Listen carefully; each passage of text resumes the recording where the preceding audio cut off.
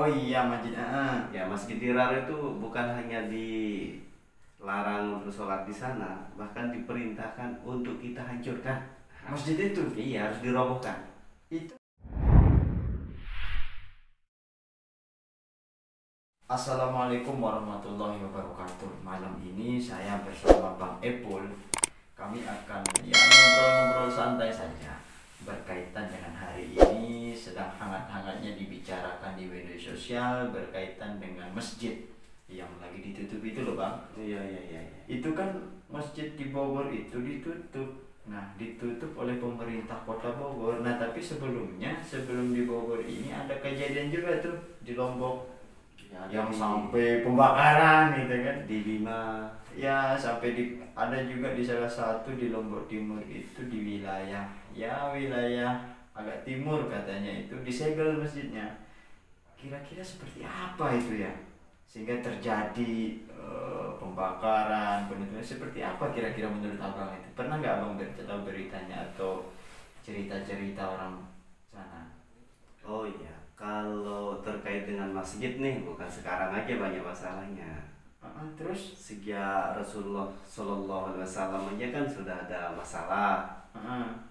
Sering kita kenal dengan namanya Masjid Dirar ya. Oh iya masjid.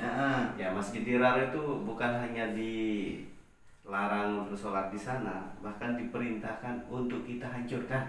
Masjid itu. Iya, harus dirobohkan. Itu dirobohkan di zaman Rasulullah itu kan apa dulu? Ya, karena salah satu tujuannya membangun masjid itu meresahkan meresahkan penghuni masjid yang sudah ada gitu kurang lebih ya. Berarti masjid itu dia meresahkan penghuni yang ada. Iya, dalam artian kan ini masjid sekitar Ah, ada. Kenapa iya. harus dibangun masjid berdekatan? Oh begitu. Sementara kan di sini sudah ada. Jadi seolah-olah ini menjadi masjid pemecah belah. Itu yang pertama. Yang kedua kan memang kecemburuan orang munafik, orang-orang kafir Iya, yang dulu terus, ya terkait dengan Masjid Dirar itu. Dia tidak mau melihat Islam itu berkembang, jadi harus dipecahkan melalui masjid gitu, seolah-olah merusak dari internal. Itu yang pertama. Itu Terus? strategi orang munafik. Berarti Masjid Diror itu diperintahkan oleh baginda Nabi untuk dihancurkan karena meresahkan. Oh iya. Garis bawahnya meresahkan. Nah Ya. terus bagaimana dengan kan kemarin nih baru-baru Iya, juga iya. pembakaran tuh di Lombok, terus Iya. di Bogor sekarang nih penutupan, terus banyak sekali kejadian masjid ini. Ya, gimana itu kira-kira? Khususnya kalau kita Apakah itu bisa dikategorikan sebagai masjid Diror? ya, wallahu alam bisawab. Nah, disinilah pentingnya kan kalau saya lihat di Indonesia sebenarnya sudah lengkap perangkatnya nih. Ada Dewan Masjid Indonesia. Ya. Kalau saya nggak salah Pak mantan Wakil Presiden Pak Yusuf Yusuf Kala. Kala yang jadi ketua Dewan Masjid Betul. Indonesia ya. Nah, jadi yang pertama seharusnya di sini tempat kita nanya itu bagaimana sih Dewan Masjid gitu kan? Peran Dewan Masjidnya Ya, harus. Iya. Untuk apa jadi Dewan Masjid kalau tidak nggak bisa ngurus ngurus masjid? atau jangan-jangan pengurus yang diurus? Iya, bahaya itu. Itu yang pertama. Poinnya pengurus masjid itu harus berfungsi di sini. Iya. Nah, itu yang pertama. Yang kedua, masa saya anak-anak dulu ya, masih kelas 4 SD, seingat saya kan pindah kampung nih. Betul. Kampung baru, namanya Kampung Merembu ya, di Oh kampung iya, saya. dia berapa? Itu hanya 90 kakak. Ya. Untuk dapat izin mendirikan bangunan masjid atau mendirikan sholat Jumat di situ, itu butuh 1 tahun kita antri. Untuk mendirikan, untuk dapat mendirikan masjid. masjid di situ. Dalam artian kita pakai untuk sholat Jumat. Iya. Padahal sudah 90 kakak loh. Kalau kita lihat dari persyaratan untuk jamaah sholat Jumat, Iya. menurut Asy-Syafi'i 40 lebih ini kan. Iya. Karena 90 kakak. Betul. Itu yang pertama. Tetapi ulama-ulama kita dulu tidak gegabah untuk mendirikan masjid. Iya. Padahal Masjid Aik Perapa jauh, Masjid Sempur jauh. Kita juga merebut itu sangat sulit berarti ya untuk sangat, mendirikan ini masjid. Sangat secara standar untuk persyaratan sangat layak gitu. Secara persyaratan layak, Tapi sulit untuk dapat izin mendirikan masjid. Kenapa? Karena ulama kita sangat hati-hati. Betul. Enggak kayak sekarang, satu kampung kadang-kadang 4-5 masjidnya. Iya, ada 3 juga ya. Iya, ada yang 5. Pernah dulu saya Bang, Satu kampung. saya ngopi di rumah temen itu ya. Iya. Di rumah teman saya ngopi. Nah, pas waktu saya ngopi itu mau sholat asar. Iya. Ketika azan saya kaget. Kagetnya kenapa? Besar suara mikrofonnya itu loh.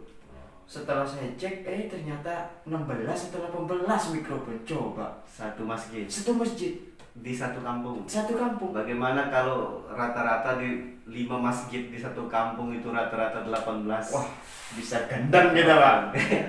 Apakah ini masyarakatnya yang kedok? Mohon maaf. Atau bagaimana kemudian sehingga menggunakan mikrofon itu sangat banyak gitu ya? Iya, kalau saya bahasakan mungkin ini yang dimaksud.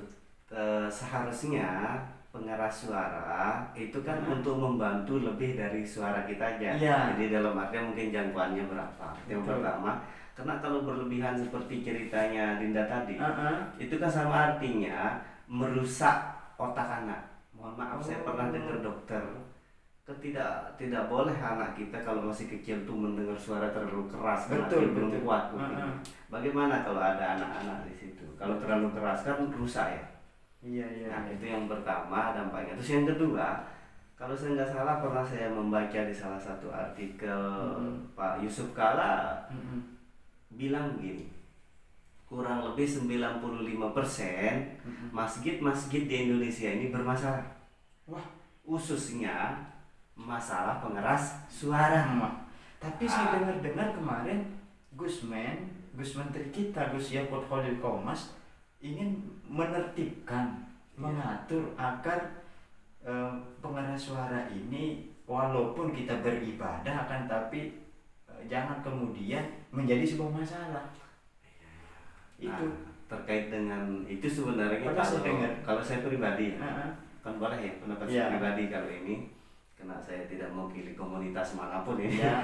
Jadi secara pribadi saya sangat setuju dalam artian mengatur, jangan terlalu keras. Yang terlalu kecil itu tugasnya Dewan Masjid juga untuk mengarahkan, silakan supaya lebih keras. Jadi ibaratnya sederhana, kan sebaik-baik perkara adalah yang tengah-tengah, yang tengah-tengah, dalam artian jangan terlalu keras, jangan juga terlalu kecil. Memang yang sedang-sedang itu nih, yang sedang-sedang saja gitu. Karena ada juga saya dengar keluhan, kalau ini bukan masjid sih, musala gitu. Tapi kan biasanya musala itu agak pendek, agak kecil ya, surau gitu. Nah, itu loudspeakernya hanya 2 gitu. Tapi kan digantung bawah kan? Di bawah atapnya itu, bukan di atas, ini digantung di bawah. Langsung dia ke pintu rumah orang gitu kan. Jadi begitu di azan langsung full dia masuk ke pintu rumah orang ini. Karena kan berdekatan. Kalau orang-orang di kota kan langsung loudspeaker yang mungkin bahasa kita. Loudspeaker itu langsung masuk ke rumah orang. Tapi saya juga merusak. Kita kembali lagi Bang ya. Iya. Terkait dengan pendirian masjid ini pernah saya dengar juga ada aturan Menteri Agama dan kalau tidak salah SKB 2 Menteri namanya itu. Itu kan sudah jelas regulasinya, akan tetapi akhir-akhir ini saya melihat pembangunan masjid khususnya di Lombok ini sangat sangat berkembang gitu. Bahkan yang baru ini sangat banyak saya lihat juga, bahkan sampai dengan di pemerintahan juga masuk gitu. Nah, apakah kemudian ini sudah resmi atau bagaimana ya? Yang keputusan 2 masjid atau 2 menteri atau masjidnya? Jadi ada SKB 2 Menteri namanya tuh. Itu salah satu syaratnya itu kalau tidak salah ada rekomendasi Kementerian Agama kalau tidak salah. Yang kedua ada rekomendasi FKUB, Forum Komunikasi Umat Beragama. Sekitar 4 deh anunya itu persyaratannya baru boleh mendirikan masjid. Nah, apakah masjid-masjid yang baru ini sudah ada izinnya atau bagaimana? Kira-kira kalau kita lihat dari perkembangannya hari ini, sedangkan misalnya di satu dusun itu masjid aja satu nggak full kita ibadah, ya. Gitu loh maksudnya. Terkait dengan surat keputusan 2 menteri ya, saya kan kurang paham nih. Ya. Nah, oke lah terkait dengan itu, selama itu positif boleh-boleh saja. Ya. Cuma saya mungkin lebih fokus ke Dewan Masjidnya nih. Apakah Dewan Masjid ini ada pada saat bulan Ramadan saja? Iya. Kalau bulan Ramadan kan Dewan Masjid Lombok Timur, Dewan Masjid Nusa Tenggara Barat, Dewan Masjid Indonesia, semua mengucapkan selamat. Nah, dia mengucapkan selamat, tapi ini dia punya tanggung jawab penuh ini. Dia tidak menyelamatkan. Dalam artian, mohon maaf, ada di salah satu desa, mungkin kurang lebih sekitar baru 2 bulan ini mungkin masjid itu jadi. Berdekatan, enggak ada jaraknya, paling jaraknya kurang lebih sekitar 100 meter. Jarak 150 meter lagi ada. Jarak 150 meter lagi ada masjid. Nah, ini kan namanya bukan jamaahnya yang over kapasitas, tapi masjidnya yang over kapasitas. Nah, ini kan mungkin Gusmen membuat aturan atau mungkin dengan regulasi menteri yang mana. Mungkin pas sih menurut saya ya, pas. Nah, tetapi kan pelaksananya bagaimana? Berarti mungkin tidak tersosialisasi dengan baik kah SKB 2 menterinya, atau bagaimana, kita kurang tahu. Yang jelas seperti itu. Orang saya aja selalu main di medsos, nggak pernah tumben saya dengar tindak malam ini. Itu yang pertama. Terus yang kedua, tadi di sisi lain kan ada Departemen Agama atau Kementerian Agama, misalnya di kabupaten kan itu ada juga Depak sering kita dengar kan, Departemen Agama.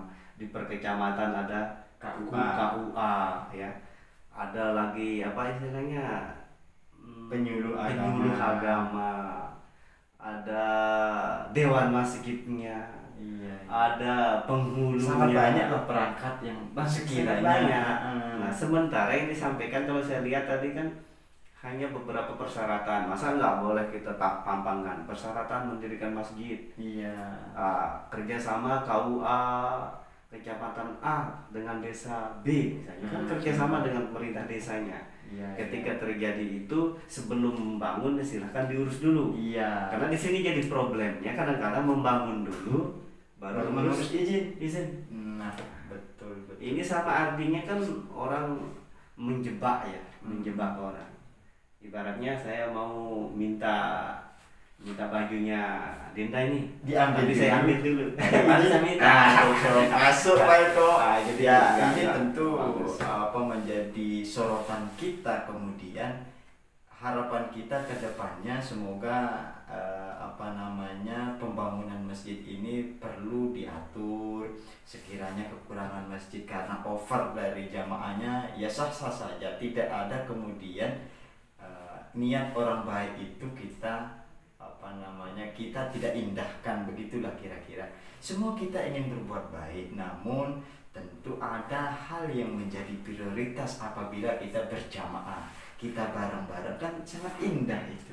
Kalau kemudian misalnya banyak masjid, kita sholat Jumatnya kesana kemari, kan jamaahnya sedikit jadinya, kan gak menarik juga itu. Mungkin ada statement terakhir dari Bang Ipul, silahkan disampaikan.